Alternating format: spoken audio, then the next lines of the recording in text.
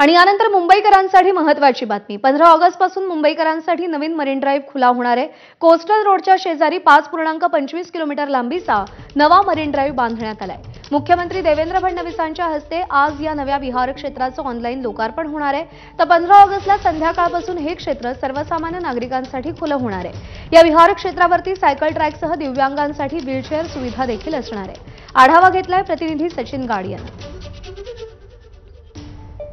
मुंबई किनारी रस्त्याचं एक प्रमुख आकर्षण असलेल्या विहार क्षेत्राचं स्वातंत्र्य दिनानिमित्त लोकार्पण होणार आहे। आपण सध्या वरळी येथे याच विहार क्षेत्रावरती आहोत। आपण जर बघितलं तर भव्य असा रस्ता केवळ फेरफटका मारण्यासाठी बांधण्यात आलेला आहे। मरीन ड्राइव्हच्या धर्तीवरती हे संपूर्ण विहार क्षेत्र बांधण्यात आलेलं आहे, जे वरळी पासून भुलाबाई देसाई पर्यंत हा रस्ता जातो। इथे मुंबईकर फेरफटका मारायला येऊ शकतात, मॉर्निंग वॉकसाठी देखील याचा उपयोग होऊ शकतो। एवढंच नव्हे तर या विहार क्षेत्रावरती विशेष सायकलिंग ट्रॅक देखील बांधण्यात आलेला आहे।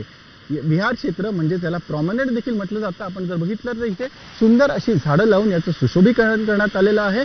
तसंच दिव्यांगांसाठी देखील या विहार क्षेत्रावरती विशेष अशा उपाययोजना करण्यात आलेल्या आहेत।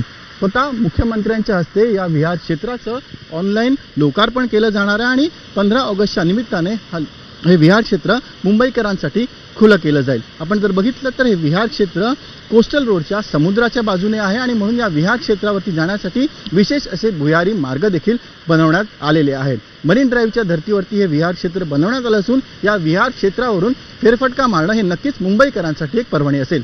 व्हिडिओ जर्नलिस्ट अजित करमसह सचिन गाड, एबीपी माझा, मुंबई। सांताक्रूज चेंबूर लिंक रोडच्या शेवटच्या टप्प्यातील केबल स्टेट पुलाचं लोकार्पण आज होणार आहे। दीर्घ प्रतीक्षेनंतर मुख्यमंत्री देवेंद्र फडणवीस यांच्या हस्ते या पुलाचं लोकार्पण करण्यात येणार आहे।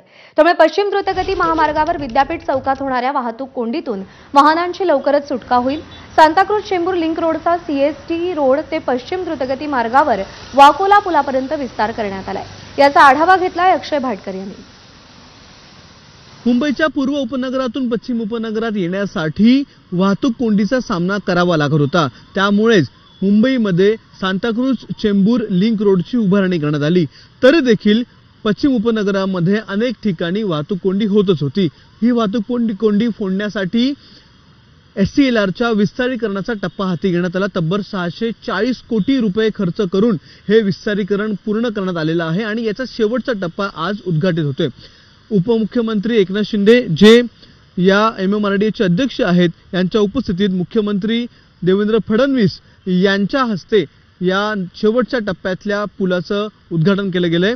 आपण पाहताय हा जो पूल आहे तो पूल वाकोला नाला ते पानबाई स्कूल इथपर्यंत जातो। याचा फायदा असा आहे की आता अमरमहल जंक्शन पासून म्हणजेच पूर्व उपनगरातून आता पश्चिम उपनगरात यायचं असेल तर अमरमहल जंक्शन पासून ते या पानबाई स्कूल पर्यंत म्हणजेच पश्चिम द्रुतगती महामार्गावर।